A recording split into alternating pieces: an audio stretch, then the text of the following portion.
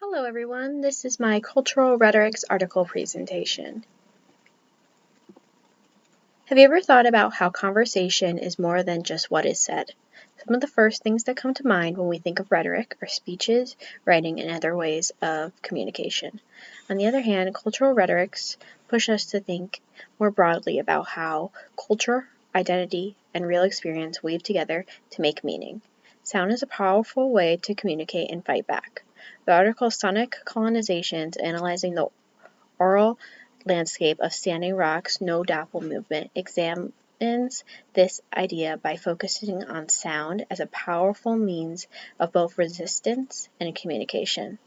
The author claims that sound is not just background noise, citing how it was used during the protests at Standing Rock. They say that sound is an important part of culture that can both support and challenge established power structures. This story is mostly about the protests at Standing Rock that were against the Dakota Access Pipeline. They held these protests to protect their land and water, along with the people who support them. When it came to this movement, sound was very important. The writer said that drumming, singing, and chanting, and prayer were not just ways of showing emotion. Instead, they were intentional ways of communicating rooted in national traditions. By making these noises, protesters were able to strengthen their national identities, grow closer together, and act as a form of resistance against colonial forces. Because of this, the article discusses sound as a cultural rhetorical practice, which means it reveals the values, customs, and relationships within a community. One of the important ideas in the article is sonic colonization. It is possible that the word "this" refers to the many ways that sound has been used through history to control and dominate people. To give you an example, institutions of power can silence, monitor, even make noise to drown out some of the opinions while amplifying others. On the other hand, the essay discusses this idea of sound coalition, in which groups use music to fight oppression and build unity. People protesting at Standing Rock use traditional music, drums, and group chants to bring everyone together and give them a feeling of strength. The indigenous people were against these actions for more than just political reasons. They were deeply rooted in their culture and religion. At this core, this piece challenges common ideas about rhetoric, which is why it is important.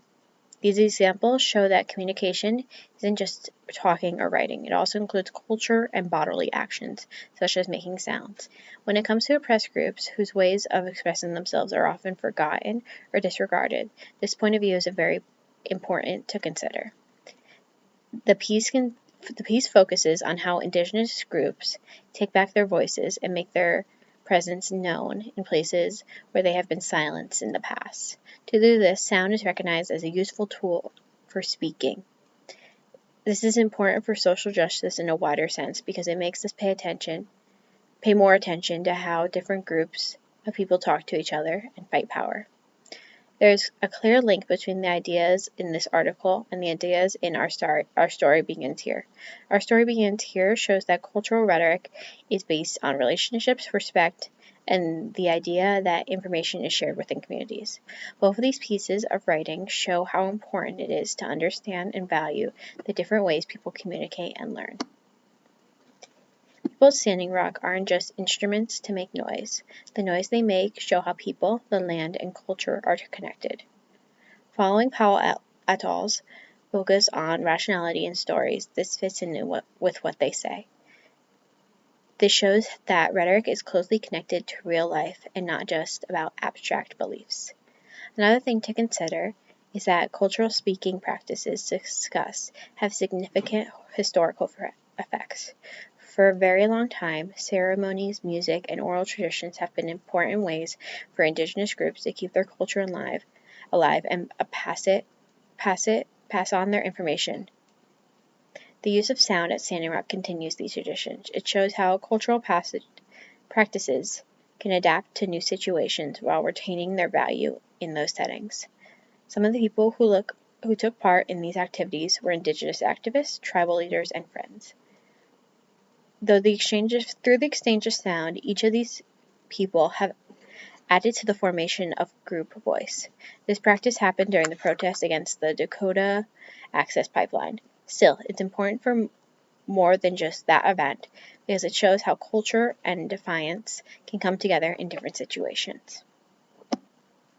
In the end, sonic colonizations help us learn more about speech by showing that sound is a powerful and important form of communication. This example shows that sound can be used as both an oppressive tool and a form of resistance based on who controls it. The article tells us to understand and accept different ways of talking that might not fill our usual ideas of rhetoric. This is the most important thing to remember from the story. If we do this, we can get a better sense of how groups use communication to work out, fight, and change power structures. Ultimately, this point of view serves to remind us that rhetoric isn't just about talking. It's about listening, understanding, and appreciating the different ways that people make sense of the world. Thank you very much.